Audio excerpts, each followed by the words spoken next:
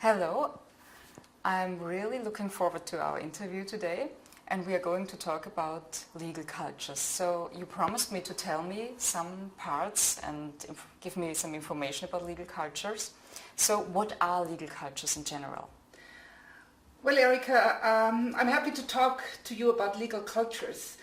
Cultures is a term that we use so often in connection to a group in society, to languages, but it's not so familiar to talk about legal cultures. If you look at legal cultures, it's first of all the way how law is created. Is it created by a democratically elected government or by a dictator? We have experiences of both. And the legal culture is also very strongly shaped on how the law is enforced. In some countries we have a well-functioning system with courts that fairly and correctly enforce the law. However, there are also some countries where the law enforcement is not working properly. That also is a strong component of the legal culture of a country, such as also how the police is acting. Yeah? So this is basically what I would understand under the term legal culture. Okay. So why do countries have legal cultures at first? Is it just history? It's mainly history, absolutely, right. So there are many factors that influence the legal cultures of a country. I would like to give you two examples. Okay. One of them is the example of continental Europe, like Austria, for instance. Yeah? About 2,000 years ago, we've had a big, huge empire, the Roman Empire, where the emperor was setting the law, like the 12 tables, they're quite known. And then there were deputies of the emperor, like judges, judices as they called them at that time, who were applying the law. But that was a very limited power that the judex, the judge, had. But it was a very well structured and a very organized way of a legal system. 2,000 years back. But then, after the Roman Empire collapsed, it got lost. And then what's quite fascinating, about in the 11th or 12th century, some monks in monasteries rediscovered Roman law. And then that was like the renaissance of Roman law in continental Europe. And today, even like in the codes of contract law in Germany, in France, in Italy, in Austria, and many continental European countries, you see a very strong influence of the ancient Roman law. So that's one example. We call it the civil law tradition in continental Europe. The second example is quite different. That takes place in England, where the king, in the the 11th or 12th century, was sending out his noblemen to rule on disputes, because in the villages there were many disputes, often on a piece of land and issues like that.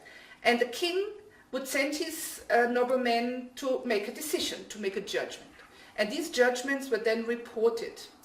And this was the start of a legal tradition that is based on case law.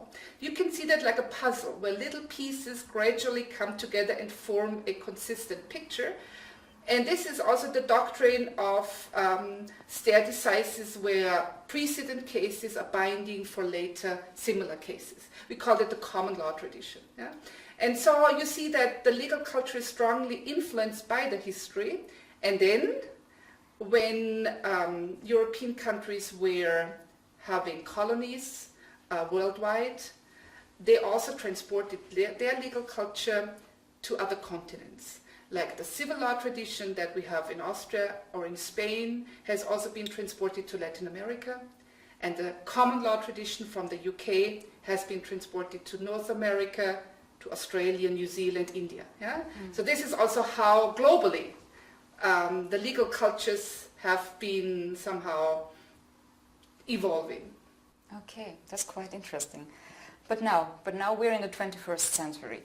And the world has gotten so much smaller in ways of communication, is getting so very fast, and companies are working multinational. And what do you think was the major impact of globalization on legal cultures, or when it comes to the topic of legal cultures? All right, I think on the one hand there has been a strong influence of international organizations such as the World Trade Organization, the International Labour Organization, all these international intergovernmental organizations which have standardized some laws. So, for instance, China or India or Russia are today member states of the World Trade Organization. That's why they have had to change their national laws to bring them in line, more or less, with international standards. Then we have the multinational companies, which you have also already mentioned, which also tried to save costs by also again achieving a common international standard. But it's limited, of course, because the law is also always reflecting the values in society. And we know that in some countries we have the law in the books, on paper, but then we also have the law in reality. Yeah? And if the law in reality, the way how it's enforced, I'm coming back to what I told you earlier about enforcement of the law, even today we have a very big diversity in the legal cultures worldwide. Okay, so we heard now legal cultures of a country are like, it's important to know what is the history of a country to understand why is legal culture the way it is. And the next major point you said is that the law in the books is not always the law in reality. So I think we heard quite a lot of important information, and I'm really thankful for this interview, and yeah, thank you. I thank you very much.